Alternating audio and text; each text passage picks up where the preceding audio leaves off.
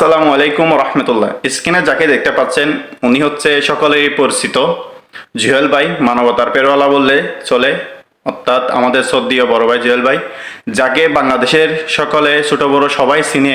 অনলাইনের মধ্যে সে মানবতার কাজ করে থাকে, সবাই এটা জানি।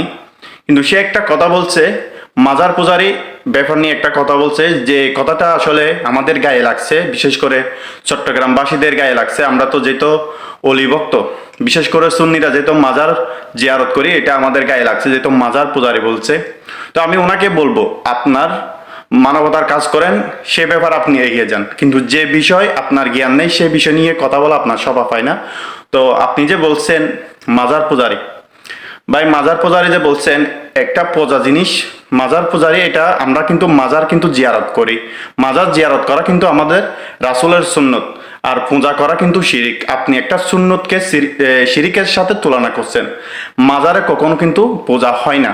তো আপনি যেহেতু মাজার পূজারি বলছেন, এটা মাজারের নাম যেহেতু নিয়েছেন, মাজারে কিন্তু কখনো পূজা হয় নাই। কোনো ওলি এরকম দুনিয়ার থাকা অবস্থায় বা বইয়ের মধ্যে এরকম বলে যায় না যে পূজা করতে হবে। মাজার জিয়ারত করা কিন্তু সুন্নত।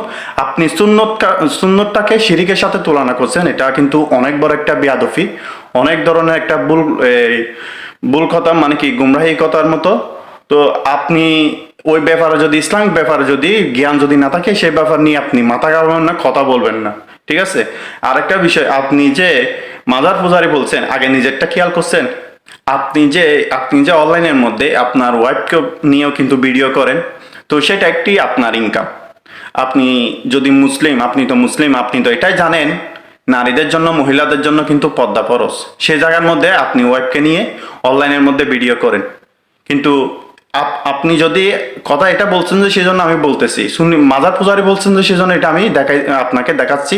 আপনি যদি আঙ্গুল যদি একটা দেখান সুন্নিদের দিকে, আরো 4টি আঙ্গুল কিন্তু আপনার দিকে। তাই এইসব কথা দ্বিতীয়বার আর বলবেন না। তাহলে ও হলো, তাহলে ওরা কিন্তু একটা করে মাজার ভক্তর মতন গুরু শিষ্য, একজন কন্টেন্ট ক্রিয়েটার গুরু শিষ্য হতে পারে না। এটা এখন ওই যে ওইদিকে তো মাজার খুব একটা নাই, কিন্তু ওই ওর সাথে যারা ঘোরে আর কি, এরা মনে হয় মাজার পূজারি হইতে পারে। কারণ একজন মানুষকে ওই আব্বা টাইপের বলে তো ওই টাইপের লোকেরাই, হ্যাঁ, ওই টাইপের লোকেরাই। মানে যারা